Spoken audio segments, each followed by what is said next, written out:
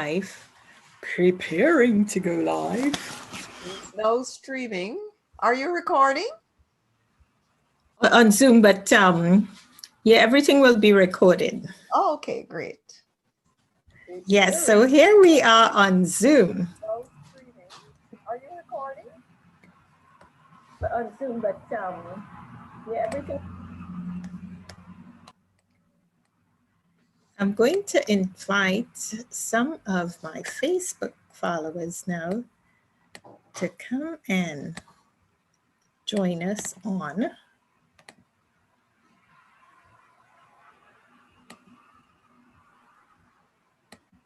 YouTube Live. And I will just look at the YouTube. No, look at the Zoom screen so I won't get distracted too much. But I have to switch between screens.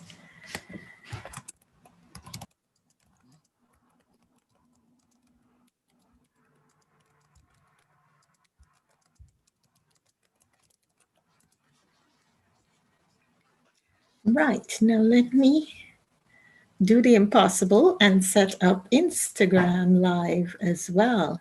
You're good. And see how we get on there. Oh, you're good. So it's Facebook Live, YouTube Live, Instagram Live? Jenny, can you hear me? Wow. I can't do the Facebook Live because I tried that, but it's just one camera, which is occupied by Zoom. Oh, okay. And so Facebook told me that the camera is occupied. Otherwise, I would have done everything. So I will just sign off from Facebook. I'll just put some reminders and then sign off Facebook.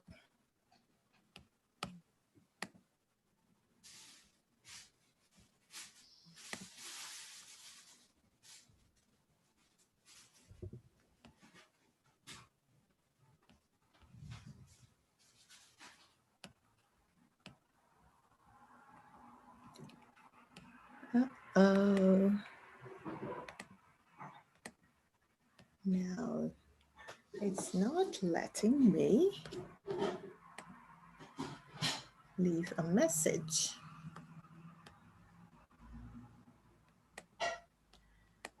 I'm trying to leave a message, but Jenny, nothing's happening.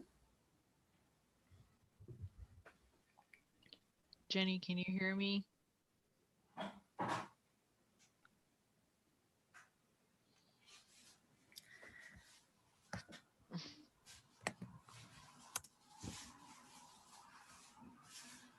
Okay, I'm leaving a message for Facebook followers.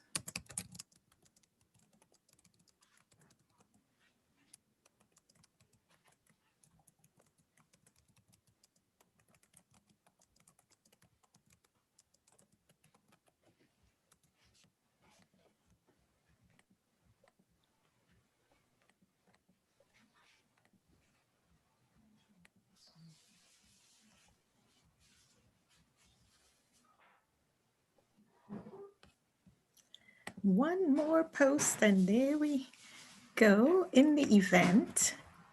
I have to tell people where to find us.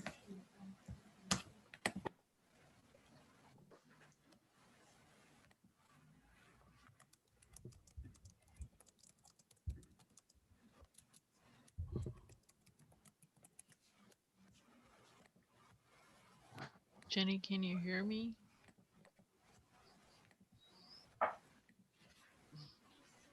Is that Natasha? I hear you. Can Lindy, you? I hear you, but I don't know if Lindy is hearing you. No, I'm not hearing her. Oh, but I hear her. Okay, that's why I kept yelling out. Well, that's good that you can hear me now. Okay, now I'm hearing. Let me turn up my volume a bit. Yes, Can you hear me? Yes, I'm hearing you now. Okay. Well, Can thank you so much, ladies. We'll just give him 2 more minutes and then get started. So we had snow today. What nasty stuff. The first snow. So gorgeous. It is so gorgeous. Well, it's gorgeous if you're not walking in it. I went out for a walk because I had to I have deliver paintings. Oh, yes, you have dogs, so you have to walk. mutiny. She just came out and stopped and like, I'm not going out in that stuff. Yeah, But she did. because it's wet snow and it's very heavy. It is, Very heavy. but it's so pretty. So it's nice to look at, you know, when you're inside and you can just enjoy from a dry, warm place. Yes, it's been lovely.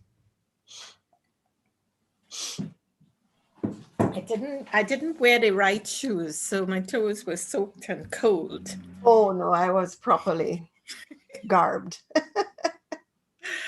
Well, What that's kind great. of dogs do you have? What? How many? One. What kind? She's a Pomeranian Shih Tzu. So a little Oh. thing, 12 pounds. But I used to have 3. Yeah, so what about the others? They died, all of them. Oh, Yeah. they were elderly, yeah? They died when they were 16 and 17 Okay. last year. All right, it's 7:00. So we're going to get started. Let's see who has anyone joined us on YouTube. It says we have some watching now. So let's give them a minute. Please say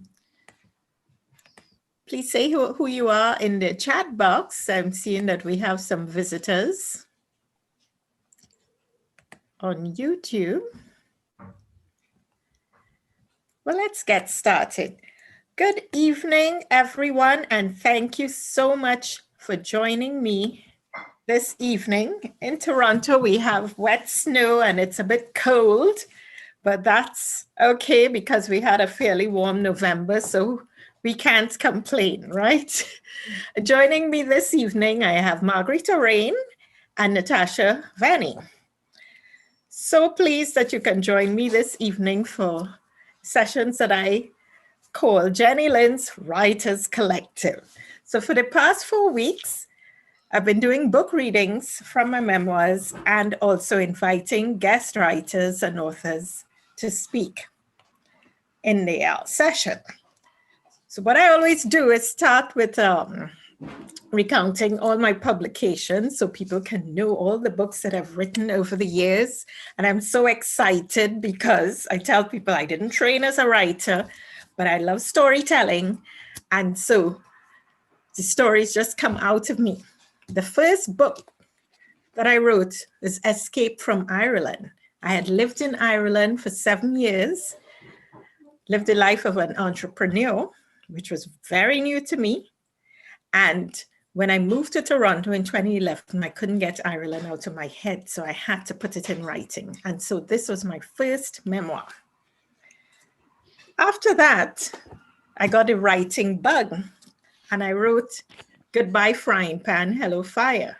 And this talks about what life was like as a newcomer to Toronto. I had lost everything in Ireland, my business, my home, my car, everything. And I thought I'd move to a new place and see how things would work out.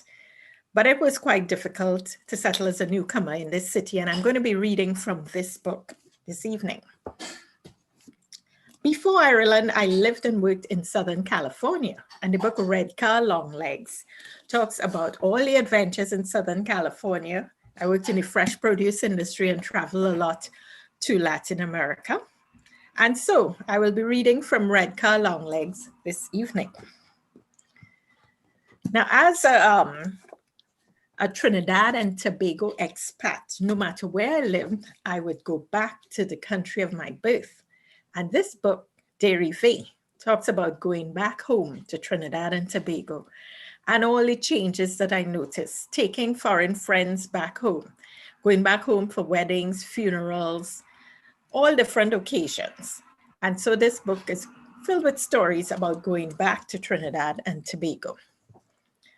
My mom had Alzheimer's disease in our family, saw her slow demise over a period of 12 years. And this book, Where Are My Car Keys, describes our journey as my mother deteriorated very, very slowly over the years.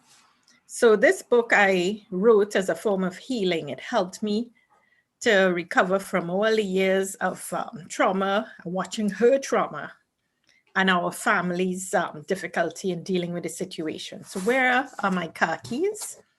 And I have the children's companion book, Is That My Granny?, which talks about Alzheimer's disease, again, my mother's story as seen through the eyes of my nephews.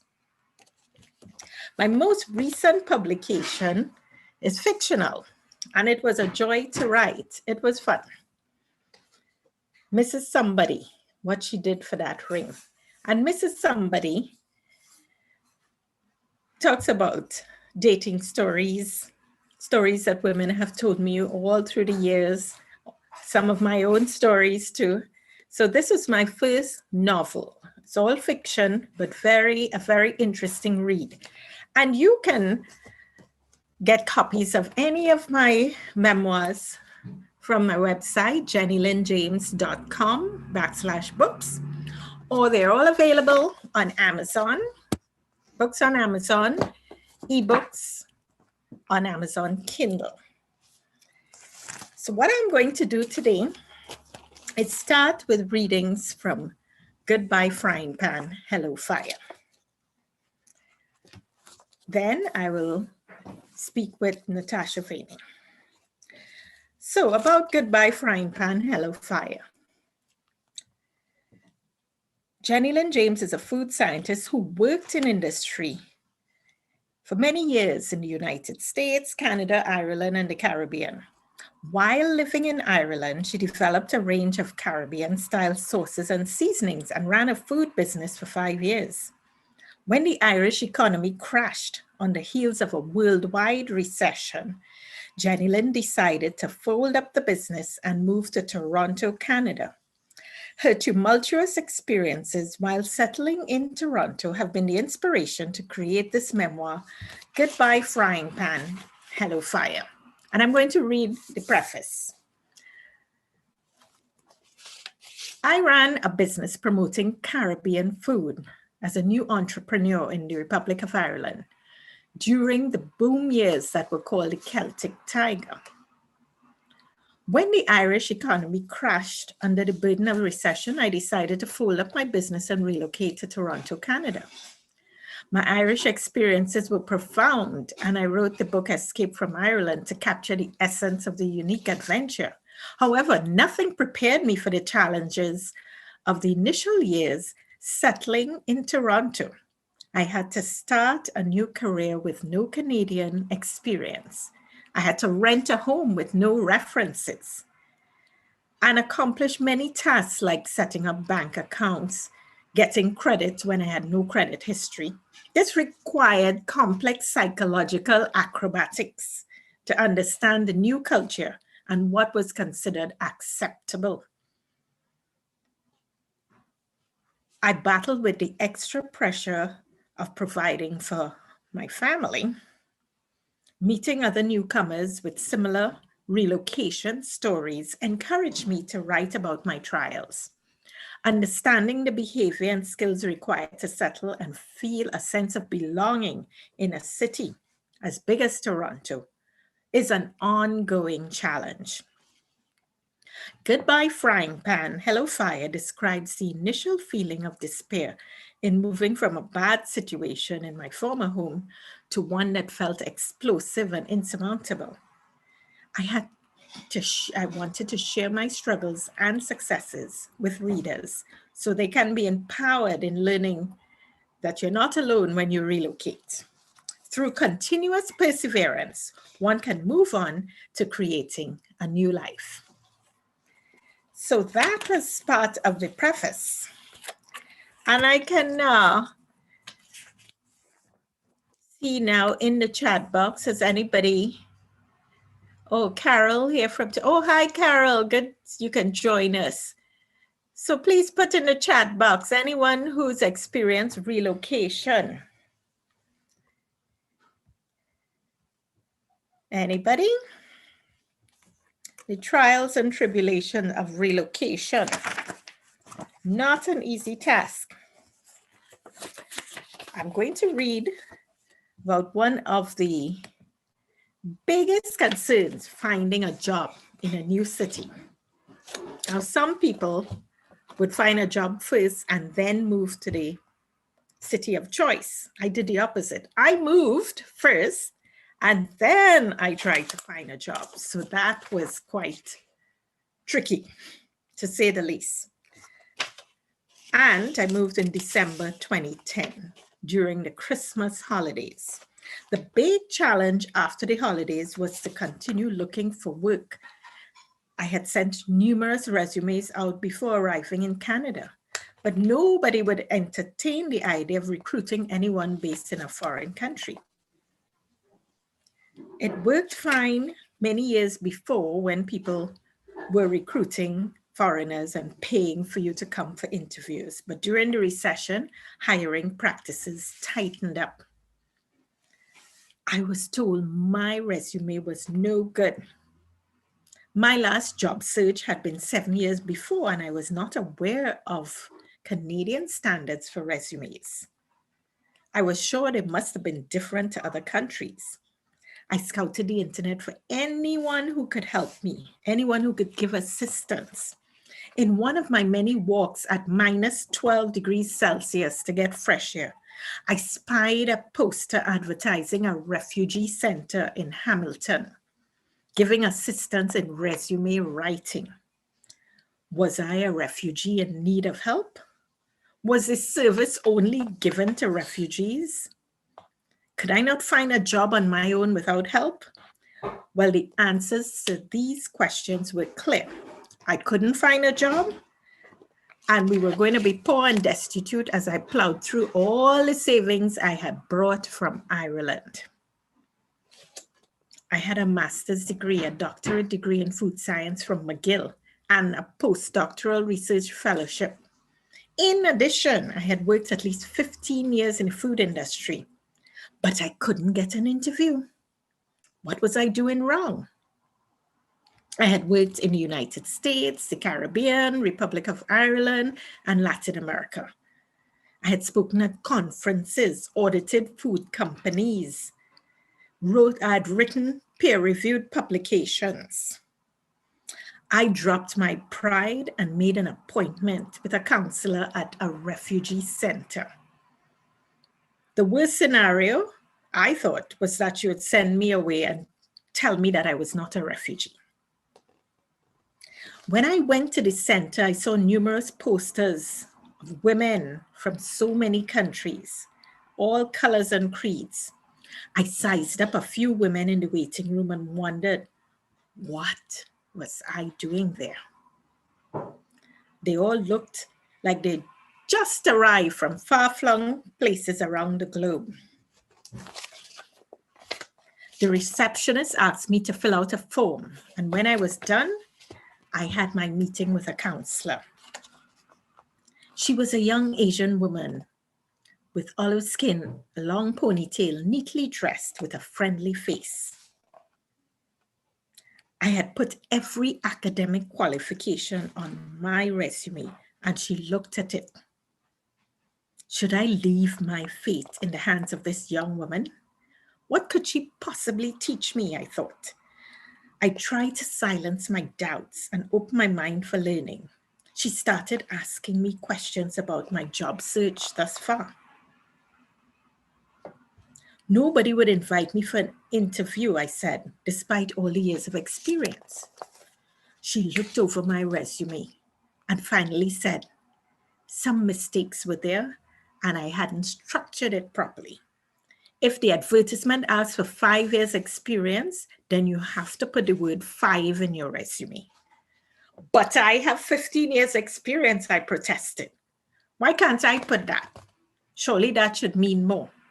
The only thing it would mean, my dear, is that you would not be invited for an interview, she said. The market is tough and very few are hiring. It was so disturbing to learn too that most jobs were not advertised. How can I find a job if it's not advertised, I asked. You have to look at the industry that you want to work in, find out who is responsible, and start making phone calls. So that was a rude awakening in 2010, how difficult the workplace was in Toronto and in the GTA, especially in my field. So any comments from anyone? I invite the guest to comment as well. You can unmute yourself and make a comment if you like.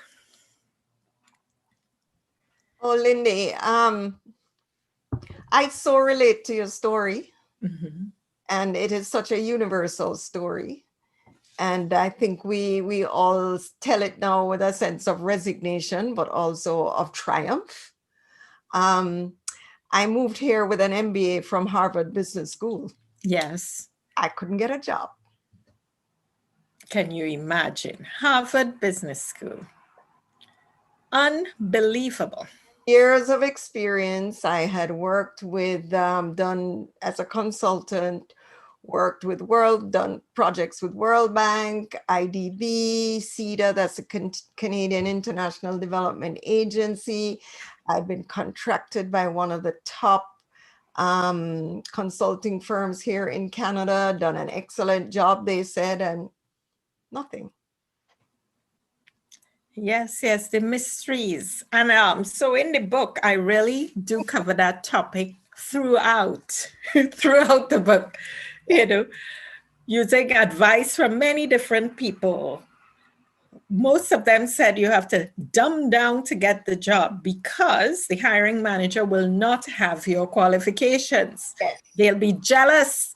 They will think you are coming to steal their job. So dumb down. I got that. Yep. Yes, I was told that many times. If they ask for 5 years, you don't put 15 years, put 5. If they have a bachelor's degree, you don't put you have a doctorate degree, you put bachelor's degree. Yes, so it is, and it continues. Now, this was 2010, this is 2020, and it continues to be very tricky and difficult to find meaningful employment. Well, it just strikes me, and I write about it also in my own books as well, but it just strikes me how much skills and brain power land here in Canada that are wasted.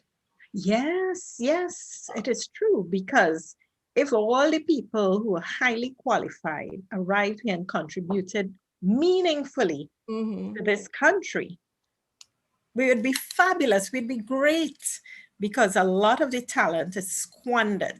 It really is squandered to make this country, even greater than it is, Yes. Anyway, I'm glad we had this opportunity to address that topic.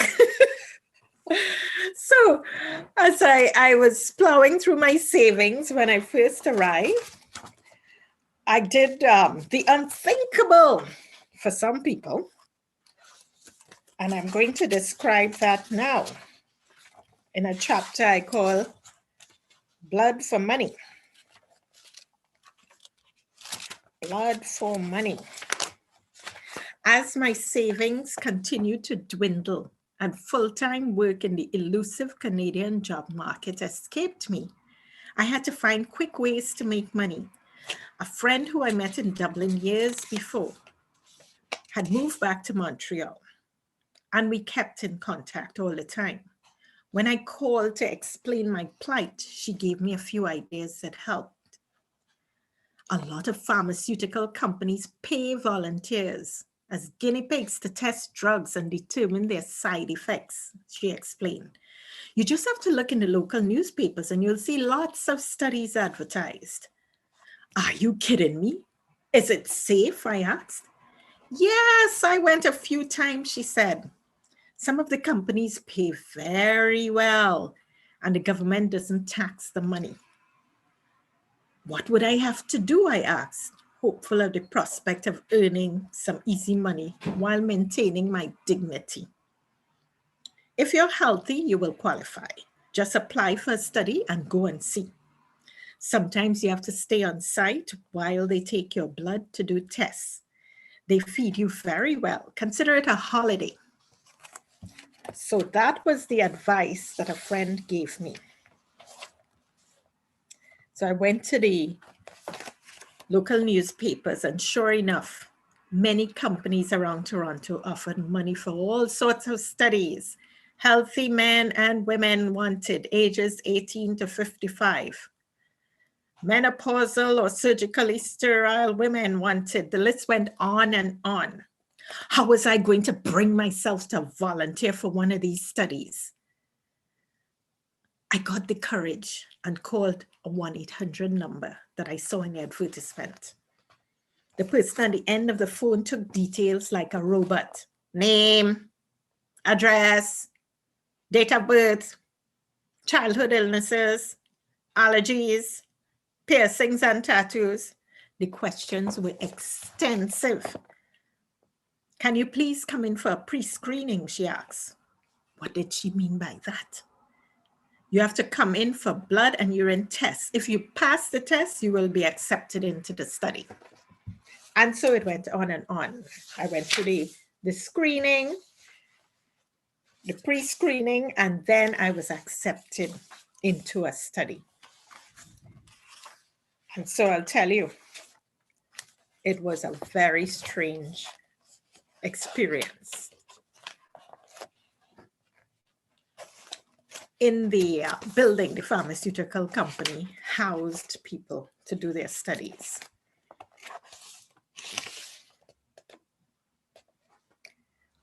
A few people that day brought their pillows, their blankets. They knew what to bring because they had been there before. All I had was my pajamas and change of clothes for the 3 days. It was probably better to stay in the living room where they had TV sets playing than the claustrophobic bedroom with 18 people. Some of the patients were placed in another room on the south side of the building. Returning to the tiny bedroom, I climbed onto my top bunk bed, told my neighbors good night and pulled the sheet over my head and closed my eyes. We were not given any blankets, only sheets. Thank goodness I wore fleece pajamas. With the air conditioning running, it was uncomfortably cold the first night. The main light was turned off. 1 or 2 people brought tablets or computers and played on their gadgets all night to pass the time. Others went into the main room to watch the television. I closed my eyes and waited for sleep. We were to be awoken at 5 a.m. to prepare. Any moment of sleep before the bloodletting was a blessing. I tossed and turned all night, listening to the breathing of strangers around me. Every cough and turn was amplified. One person woke up 3 times to go to the bathroom. Every time she opened the door, the light shone in and disturbed those who were awake like me. 2 were heavy snorers and disturbed everyone. We wished they could be quiet. They were the lucky ones, stealing all the sleep from us. Ladies, time to wake up. It was 5 a.m. The voice came through a haze. I was finally sleeping. How dare they disturb my rest? I sat up and realized I was at the top of the bunk bed in a room full of strangers. Everybody was rising lazily. Some ran to the showers to be first, others dressed. I put on my track pants and 2 layers on top, socks and bedroom slippers. I wanted to be comfortable to sit around all day. They called us subjects. And each subject had a number.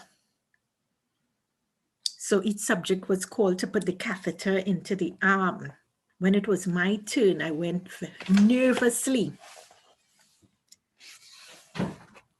Don't worry, someone told me. Just think you won't have to be stuck so many times today because you put the catheter in your arm. Ouch, I yelled when I got stuck with a needle. The technicians installed all the catheters for most people. And I saw one girl pack her things and get escorted out of the room. What happened? What happened? We whispered. Everyone was looking. She stayed overnight like the rest of us. I wonder what went wrong. During the pre-screening, they probably found drugs in her system or alcohol. She was escorted out. Now, if you want to find out what happened next, do get a copy of Goodbye Frying Pan, Hello Fire, where I talk about all the bloodletting and what happened during studies, pharmaceutical studies. So I want to hear some comments. Anybody out there? Let's see on YouTube. Tell me what you think about that experience. Would you do it? Maybe one of my guests. Anybody I care would to do it. comment? Can you hear me, Jenny? Yes, go ahead. Yeah, I would do it. Yeah, well, they claim by that stage in the drug development that the drugs are safe. So they claim. And it's an important part in developing drugs to see what the side effects are. What was interesting to me is the location of some of these testing labs. I found them always located in poorer parts of the city, low-income neighborhoods. And I think it was a way to exploit people who have very little money. That's just my opinion. Mind you, not all the subjects were unemployed or had little money. Some were, there was one woman who worked for the Postal Service like 25 years, and she said she built her house and bought 2 cars using money that she gained through doing pharmaceutical studies. So that was an interesting one because she had a full-time job and she would take time off to do studies. So she told me she built a whole house using money gained from pharmaceutical studies. So I've met some interesting people during that stint. Jenny? Now, I'm going to talk about the commute. Jenny? Yes? Yeah, so the reason that most people or these companies are in places that are a little bit out of the woods is because they rely on grant money. And if you're paying for a Bay Street office, it costs far more money than, say Gerard and Pape. I'm using that as an area. I used to do a lot of market research. Yes. And they were never, they were accessible, but not in the downtown core. Right. Because paying for office space is very expensive. Yeah, so these pharmaceutical companies make a lot of money. Well, yes, but they have to still get grant money for each study, right? So. Yes. Okay, well, thank you for the comment. Another thing I addressed in the book was the commute. Because Toronto is such a big city, it required a lot of time and energy learning how to commute around the city by buses and subway, the GO bus, etc. And I went everywhere and I continue to do a lot of commuting, north, south, all over the GTA. So I'll tell you about one funny episode when I first started my commute around Toronto. I approached the booth selling tickets to get into the subway. May I have 1 token? I asked at the station. Nope, replied the gentleman behind the counter.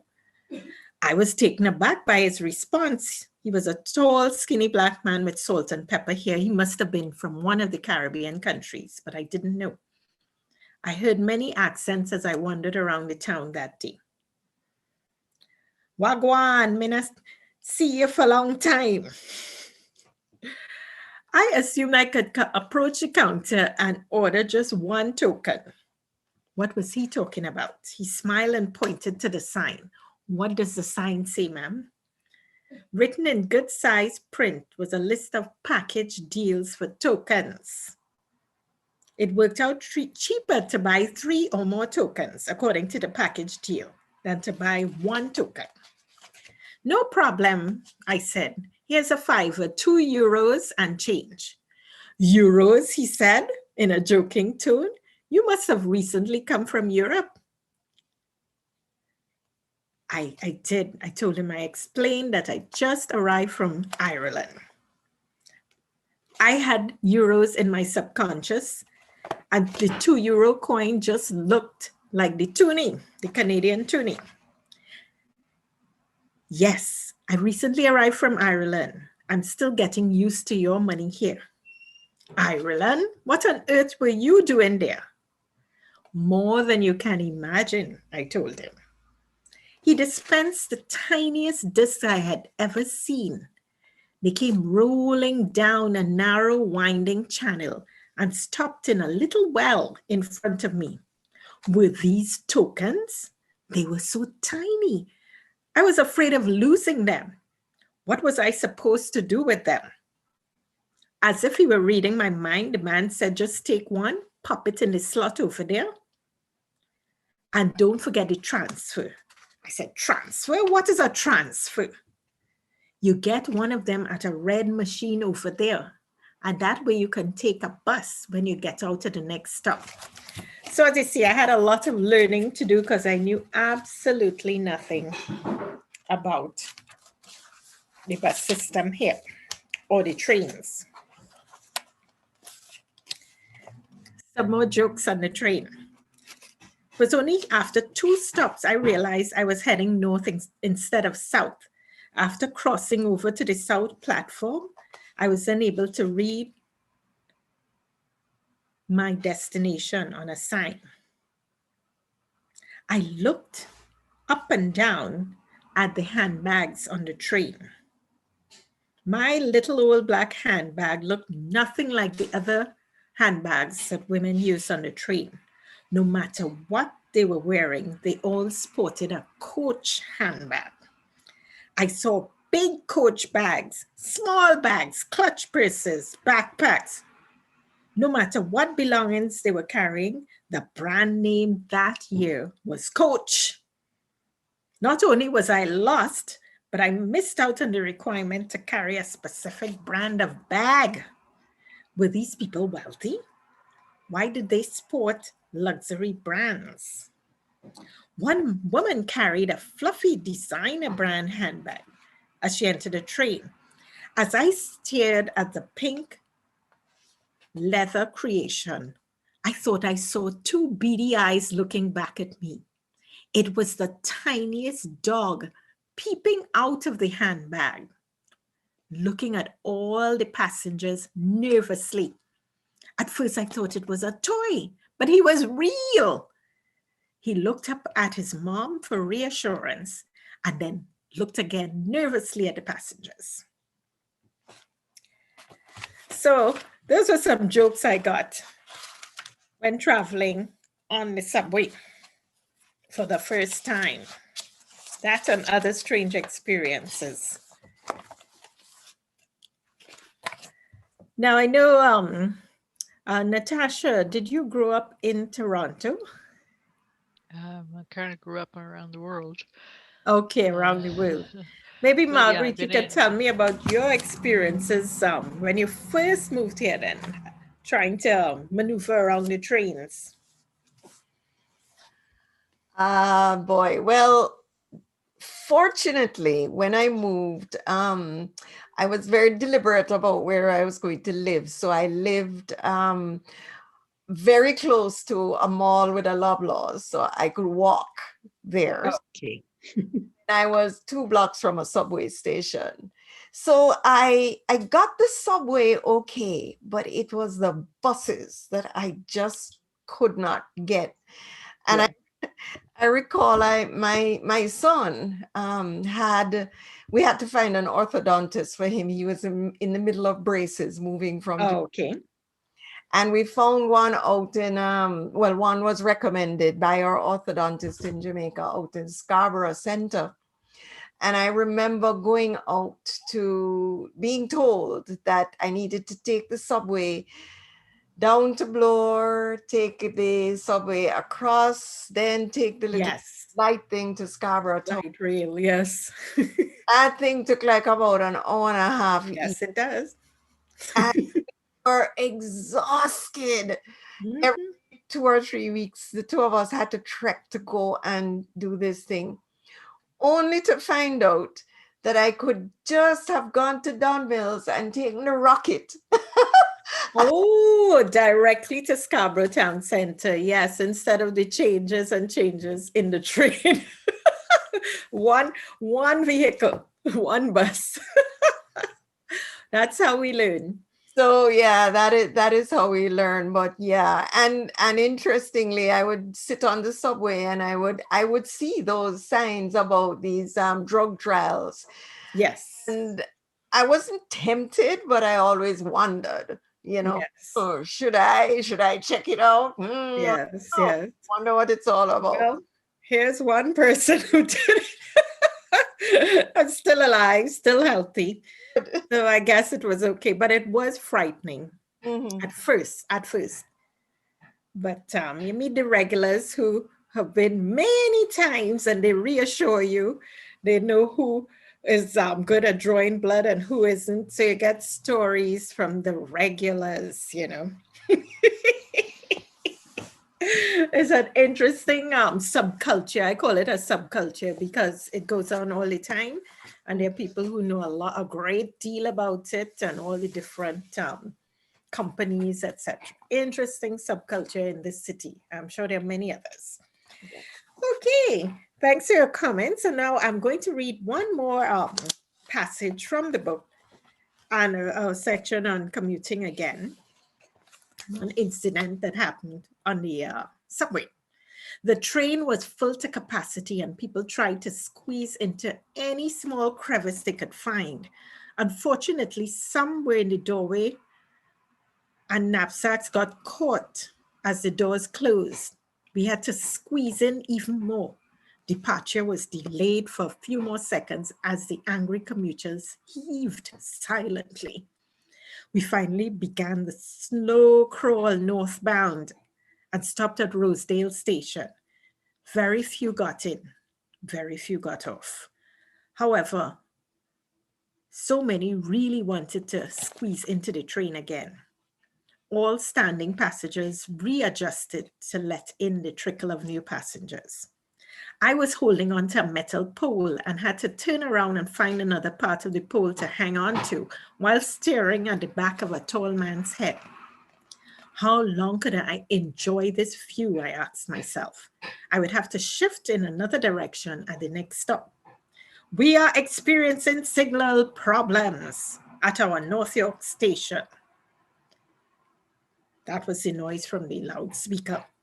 You will experience longer than normal travel times northbound on the Young University Spadina line. The loudspeaker cracked and annoyed passengers.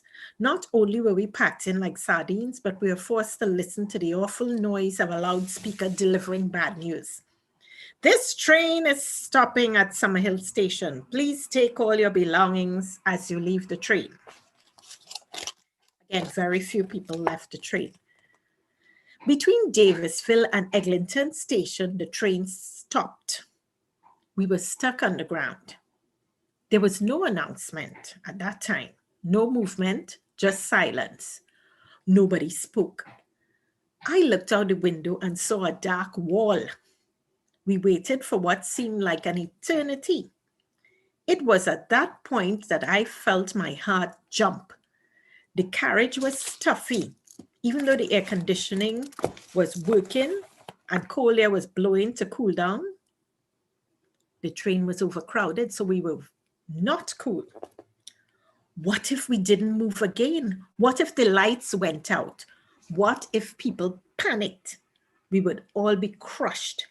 There was no escape. We were in between two stations and packed like rats in an overcrowded train carriage. If people panicked and tried to get out, where could they go? There was no way out.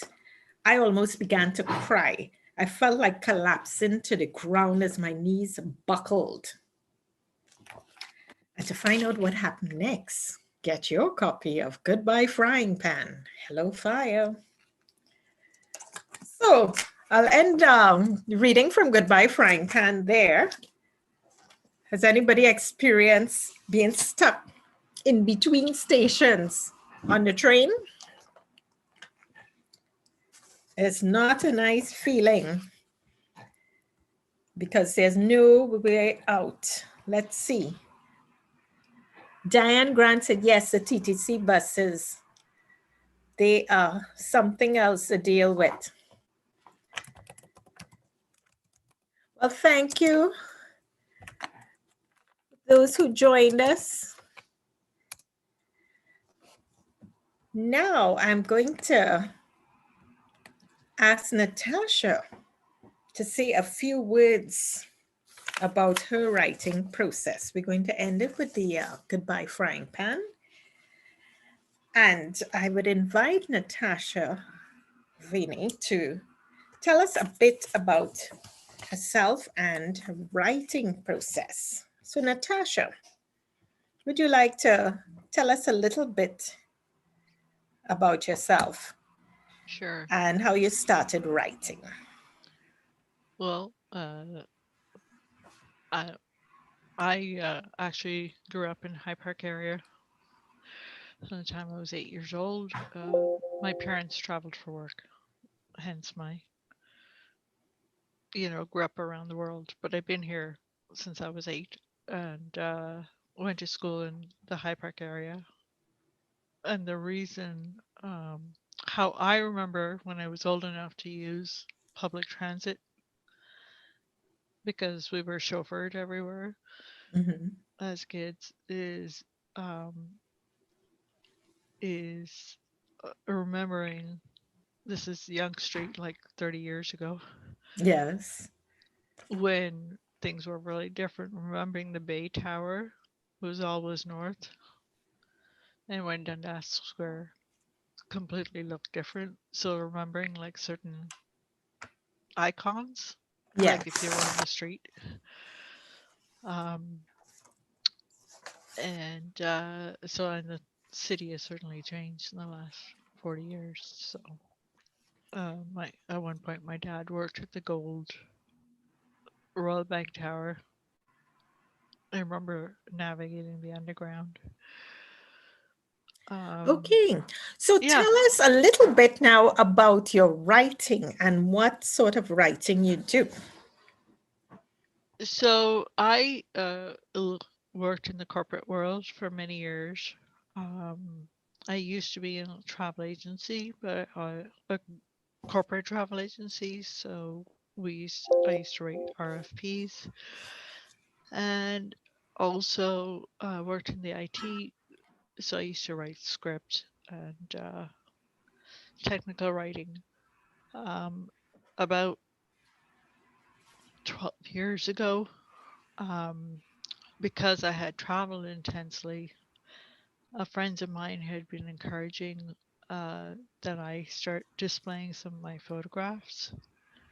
And one of my dreams was always to be part of, I always said in my next life I want to come back as a photographer for National Geographic. So in looking to display some of my photograph work, I met Peter Foy, and Jenny let me know that some of the people participating are from other parts of the world, and Snap is a local community-based paper. So I started taking photographs and writing stories for the local paper based on local events. And a few years ago, I met a photographer, journalist from National Geographic who said to me he has taken photographs around the world.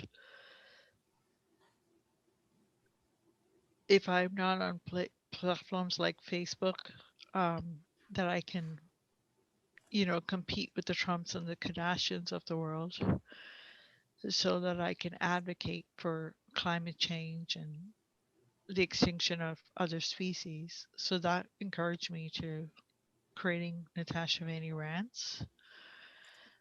And Let me so write that I that in can the add chat box. Natasha Vaney Vaney Rants. Rants. And is that Well, I a created it. website? Yeah, so my Facebook page has an external Facebook page. You don't have to be a friend to follow it. It's Mhm. a public page. It's called Natasha Vaney Rants.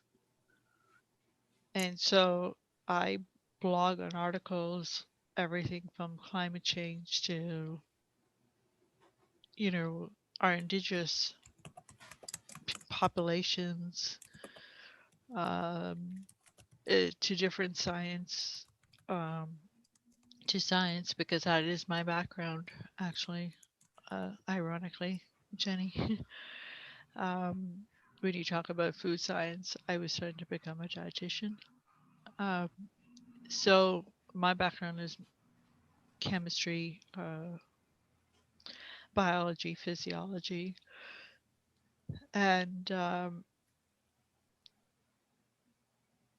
and anyway, and then a few weeks ago, I guess about a month and a half ago, I created my own website, Natasha Vaney Rants, so that I can encompass all my work, like everything I have been published in, I'm everything that I have been like published myself, like in all the articles, and And this is natashavanyrants.com. yes, Okay. it is a work in progress. Is so that people can follow me, but also that I have content.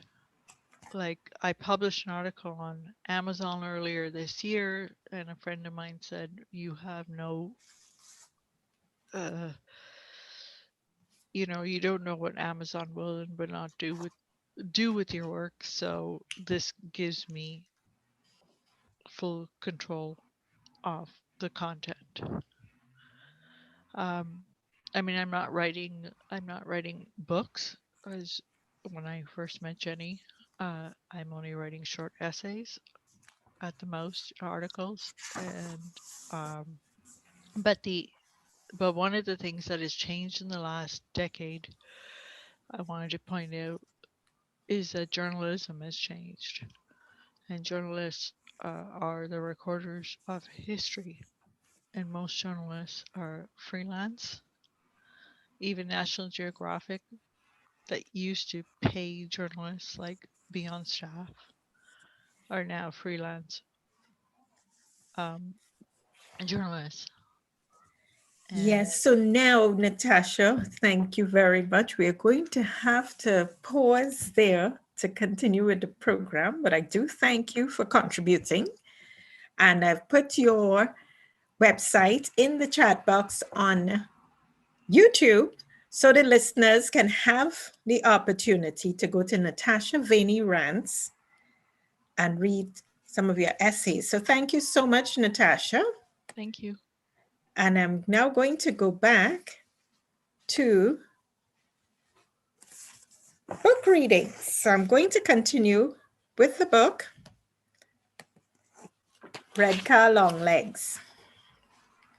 I'll read a few passages and then interview Marguerite Orane. And of course, let me go to gallery view. Any of the speakers can comment in between the readings. So this book talks about life in Southern California. I'll just read some of the preface. When my postdoctoral research fellowship at a university in Tallahassee, Florida had run out, I managed to get a managerial position at a fresh produce company based in Oxnard, California.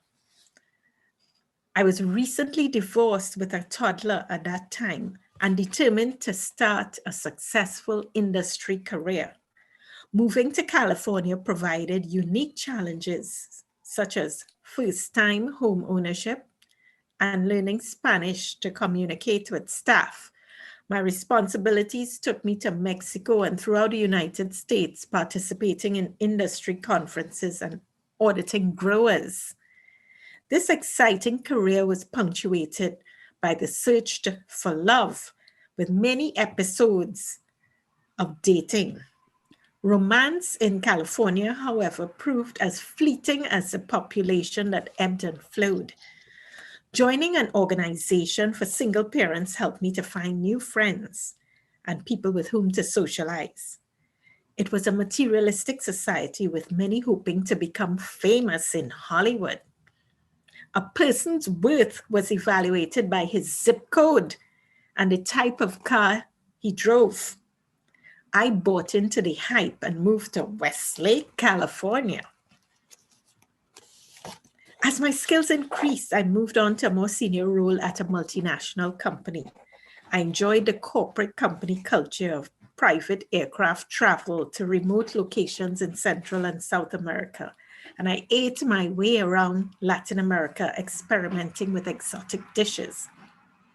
Eventually, disenchantment with the system and the money-oriented society set in.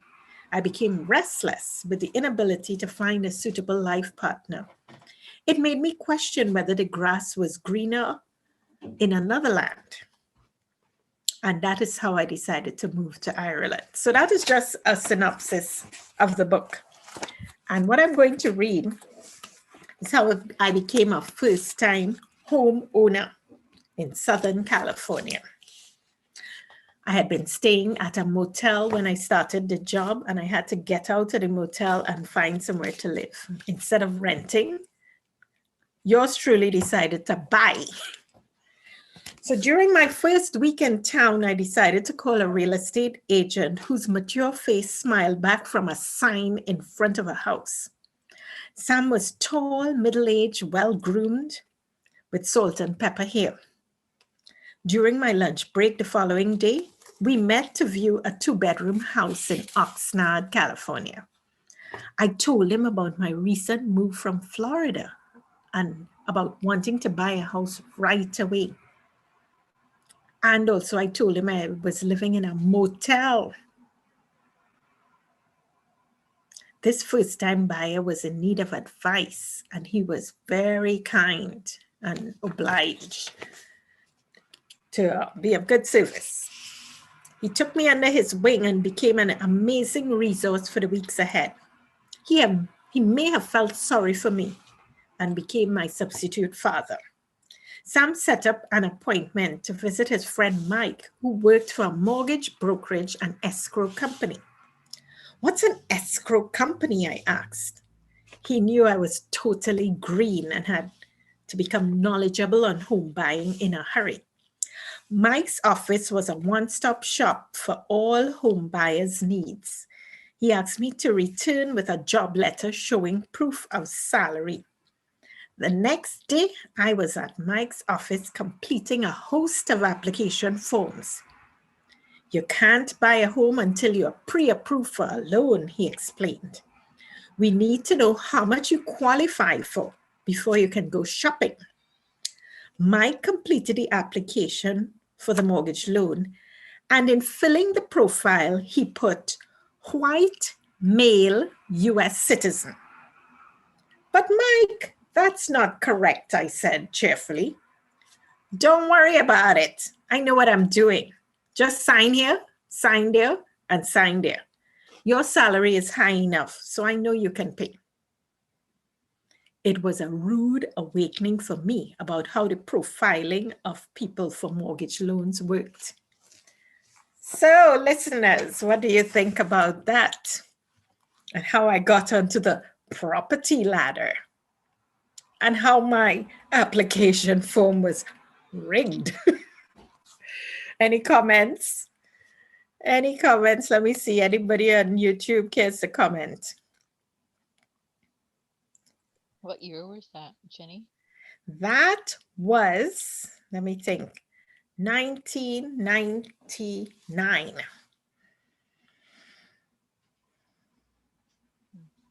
Anybody cares to comment? Anyway, he knew I could pay because I had a high salary, lots of money. And he wanted the application to go through quickly. And so it worked. I was pre-approved and I bought my house. And at the time, of course, I was no white male. I wasn't even a citizen. I had a work permit. So interesting. Anyway, let me tell you about another misadventure. Getting the California driver's license. I had been living in Tallahassee, Florida, so I had a Florida driver's license. And when you switch states, you're only allowed to keep an out-of-state license for a short period of time. Since I had moved to California from Florida in January, I was driving around with my Florida license plates on a red Mitsubishi Eclipse with a sunroof. I was also driving with the Florida driver's license. I tried to see how long I could get away with it while dodging police cars as they spied my red car. The thought of spending extra cash on car registrations and other non-essentials had me hemming and hawing.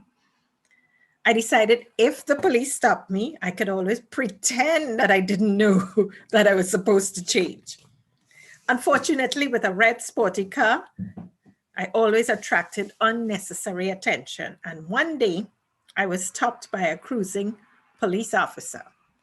Ma'am, you know you're driving with a Florida license plate. Do you live in this town? Oh, yes, I do. I just moved here 2 weeks ago. I winced as I tried to contrive a plausible story and feigned ignorance as he asked where I lived. I said I had recently moved to Oxnard from Florida. Ma'am, you need to change your license plates as soon as possible and get a California driver's license. Really? I wasn't sure I had to do this so soon, I said. Yes, he said, and if we see this Florida license plate again, you'll get a fine. Those were the magic words, get a fine. It was better to swiftly get the plates changed than to spend money paying fines. When I explained the situation to colleagues at work, they told me I needed to pass the fuel emissions test to get the California license plate. Pollution levels were a serious issue in the state and they had special rules. Not everyone could just show up and get a license plate. So I had to do a number of things to fix that car. The California driver's license required filling out special forms. Then I had to go and pass a test, a theory test, the rules of the road. The test had 36 questions and one had 3 chances to pass. On passing the test, which was graded by computer, you would get the results on the spot. And then I could exchange the Florida license for the California license. It seemed simple enough. I received a copy of the road signs and other rules of the road. Scanning the document briefly, I imagined that I knew everything. It looked vaguely familiar. So during my lunch break one day, I went down to the center to do the test. As one question after another flew in front of me on the computer screen, I discovered that some of the multiple choice questions were tricky.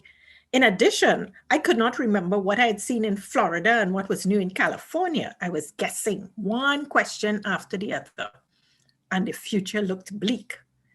Stand over there, ma'am, and wait for the results, said the attendant when I had finished. I looked around at the crowd with a smirk on my face. Lots of Mexicans. They probably didn't even understand the questions the way I did. I looked at one, he crossed the border. Ha! In 10 minutes, the attendant called one by one. Mr. Mexican passed the test and went over and got his permit. A laminated version would be sent in the mail.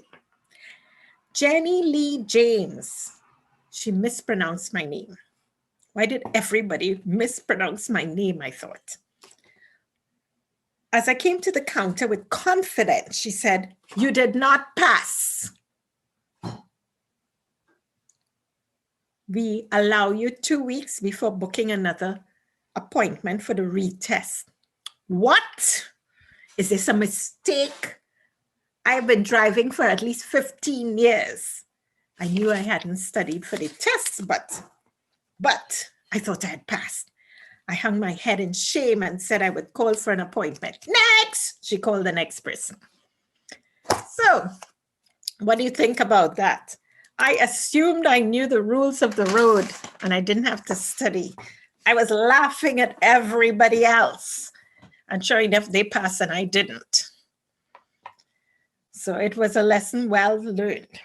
Any comments there? Let me see. Anybody on YouTube? Let's see. Yes, Diane. I sure had some fun trying to settle in California. Some interesting situations. Now I'm going to do one more reading where I talk about traveling around Latin America for work. When I worked for Dole, I used to inspect banana and pineapple plantations. I had to travel to countries like Ecuador, Peru, Honduras, Costa Rica. And the company had these tiny four-seater jets to take us from one place to the next. It was faster than trying to drive through the mountains to go down to the valleys to inspect the plantations. So I'll tell you about the first incident, or occasion, I should say. For me, it's an incident. For the others, it was an occasion where we took a small jet. This was in Costa Rica, flew from San Jose out to the Caribbean side of Costa Rica, where the banana plantations were located. As soon as we fastened our seatbelts, we took off. As we climbed into the sky, the constant din of the propellers was apparent. It would not be a silent ride like a big aircraft. However, we would only be airborne for 20 minutes. I noticed that we flew closer to the ground than the typical big airplane. I could see all the cars and the roadways. We then hovered over a more rural area outside the city. The most spectacular sight was the many tall mountains and dormant volcanoes that dotted the landscape. Rodolfo pointed out some major sites along the way, and I reacted with loud cheers. Within 15 minutes, we started our descent. Down and down we went at what appeared to be breakneck speed. As I looked below us, all I could see was a wide expanse of green. Where was El Capitan taking us that day? I didn't see any place to land. We were going to land on top of the trees. This must have been in the middle of a plantation.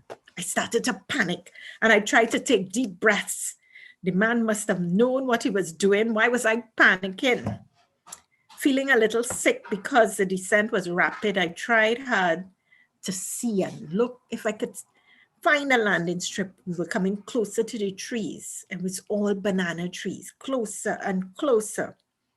It was green and more green. I decided to cover my eyes and spare myself the agony. "Jennylynd, why are you covering your eyes?" asked Rodolfo.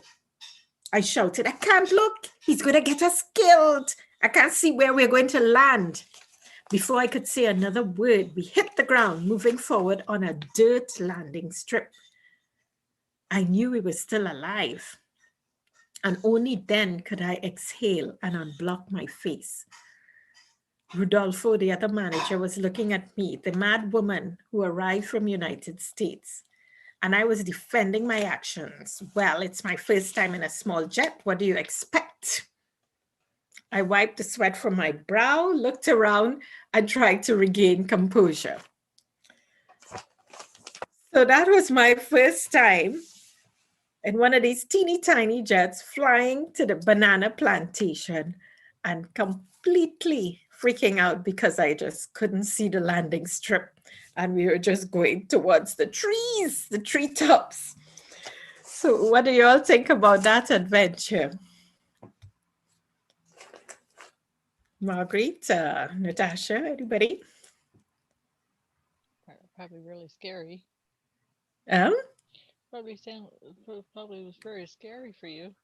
yes, it was just more than scary. It was, I thought, on several occasions that with the company driving, flying around on those jets from one plantation to the next, many times I had my life in my hands. I really did. Oh my goodness. Considering So I'm you've going to flown all pause across the now. world. Huh? I said, considering you've flown all across the world. Yes, it was a different type of adventure in a big plane as opposed to a small jet. Just I didn't know what to expect in that first trip. Really didn't know what to expect. Oh, I have one more story to tell. This is one of my favorites, and I had gone to Peru to visit some banana and pineapple plantations. And I took a detour 2 days before work, and went to Cusco, the ancient Inca capital, which is high up in the Andes. And the tour guide had told me to take the first day off and rest, but I had a limited time and I don't know how to rest, unfortunately. So I went walking around Cusco. Ended up in a market.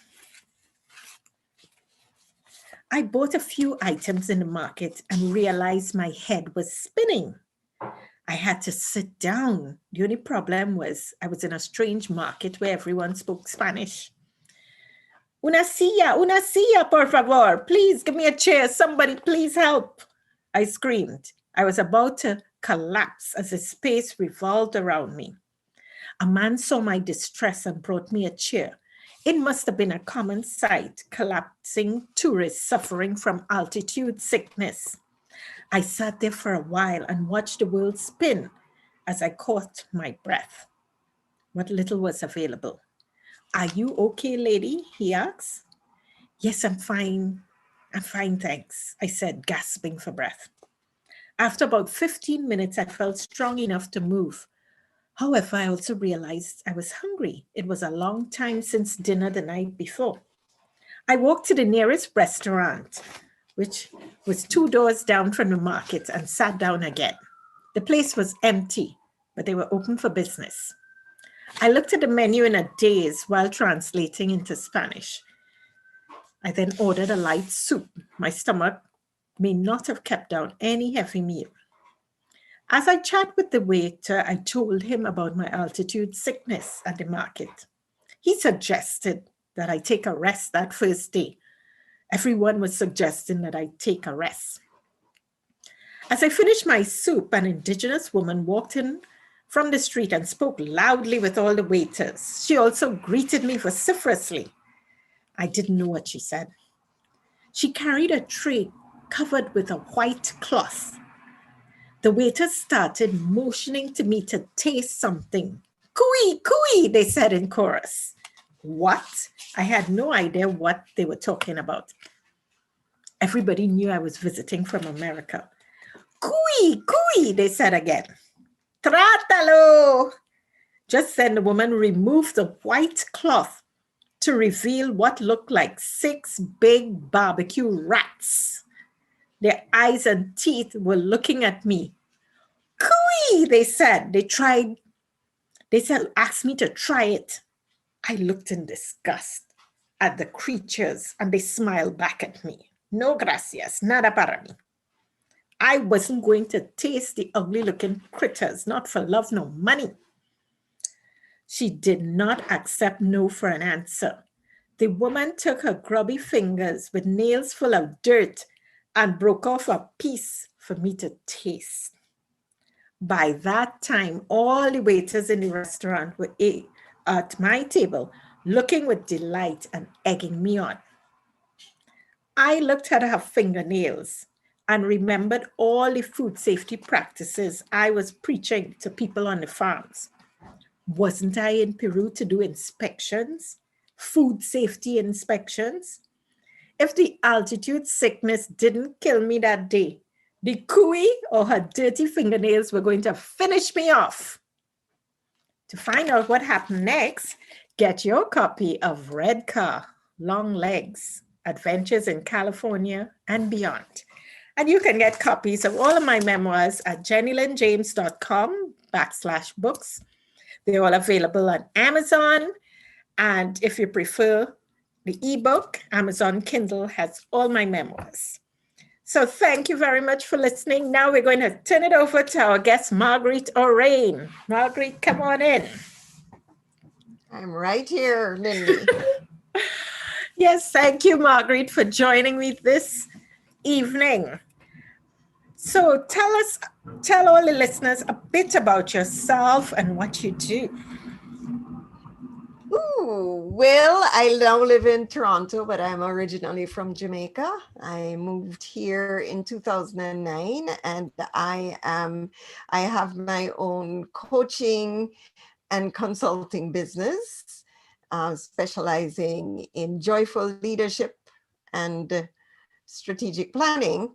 I also have self-published 2 books.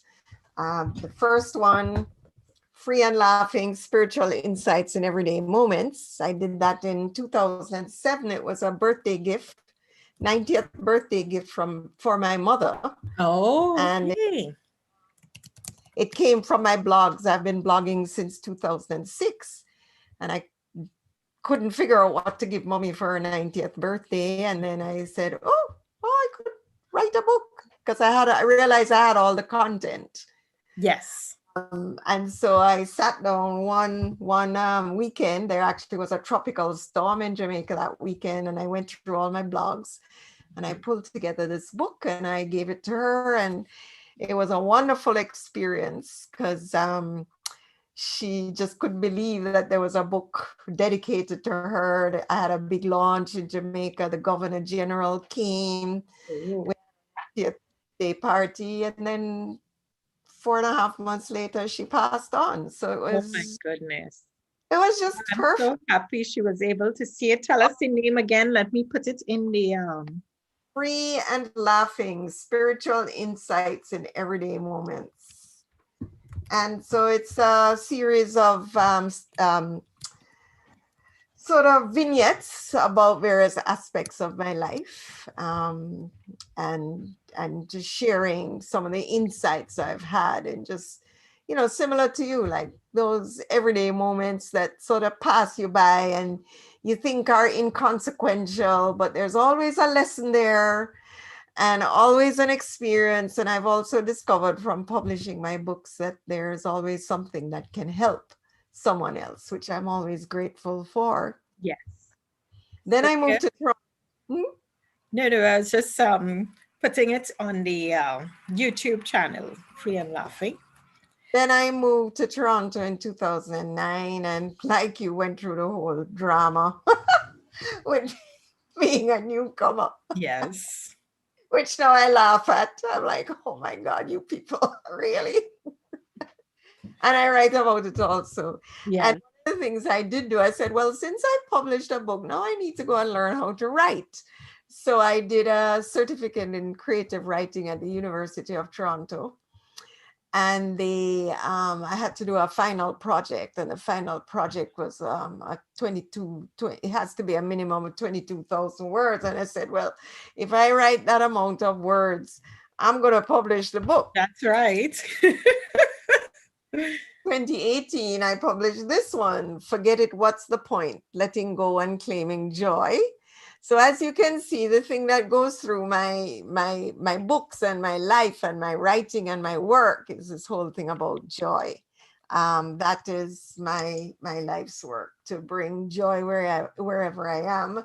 And in this case, I do it through my writing.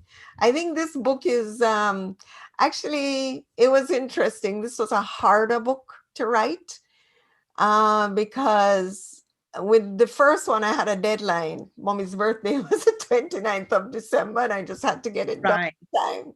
This one just dragged on and on. But anyway, I did it. I had the greatest of fun.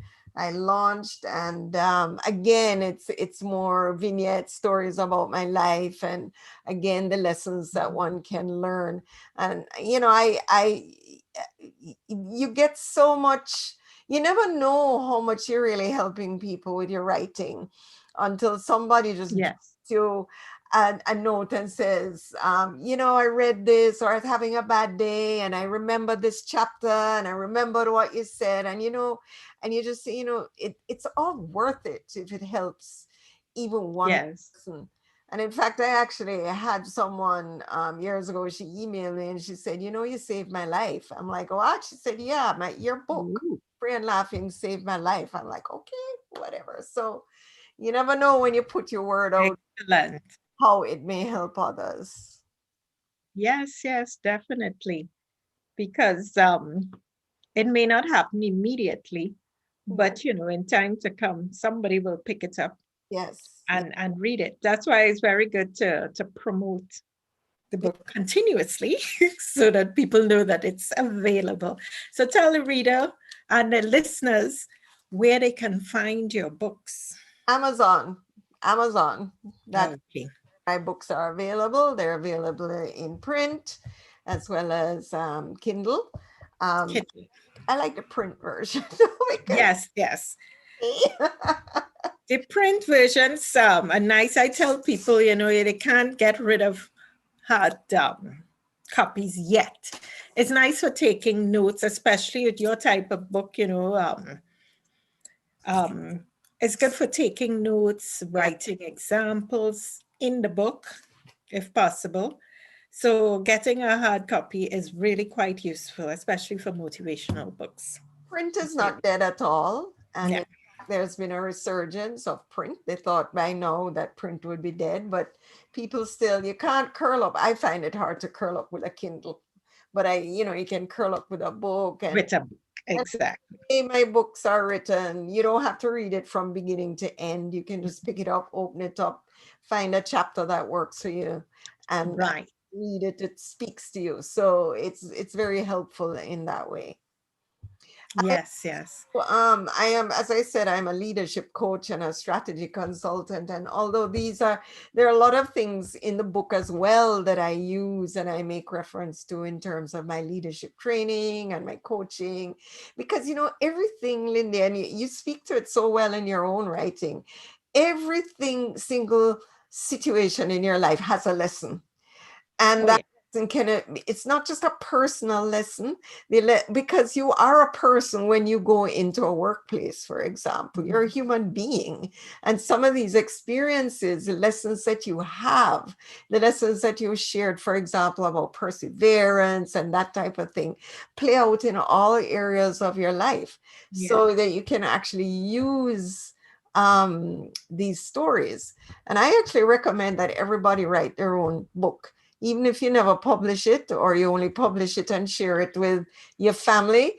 I think, Yes. especially as people who have come from an oral tradition, we were dragged across our ancestors were dragged across the Atlantic. Our ancestors were forbidden for many, many generations to learn how to read and write. So a lot of our history has been lost or not yet found because it wasn't written down. I really think we owe it to our ancestors, but also to our children and grandchildren to write our own Yes. stories. I think it's very important that we do it.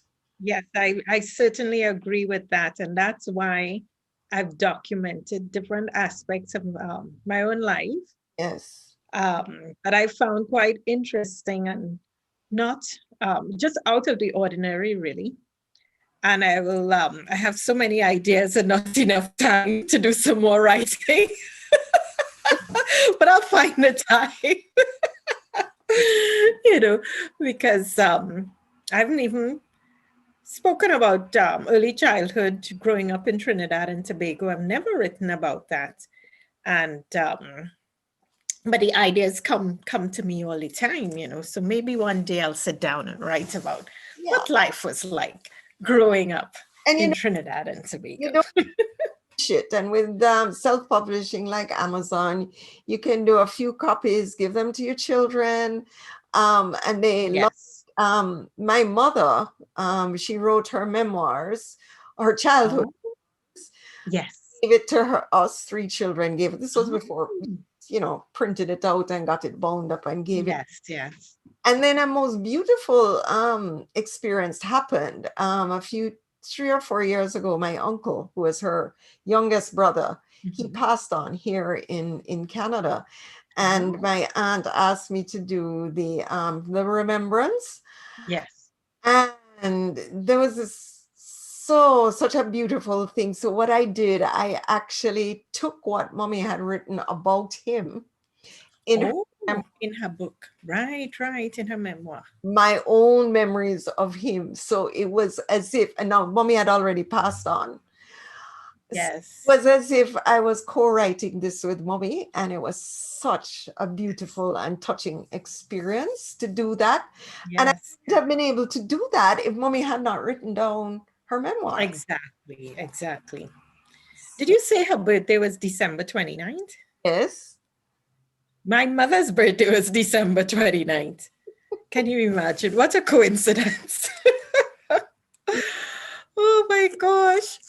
Well, thank you so much, Marguerite, for your wonderful presentation. So tell us the names of the books again. Free and Laughing, Spiritual Insights in Everyday Moments.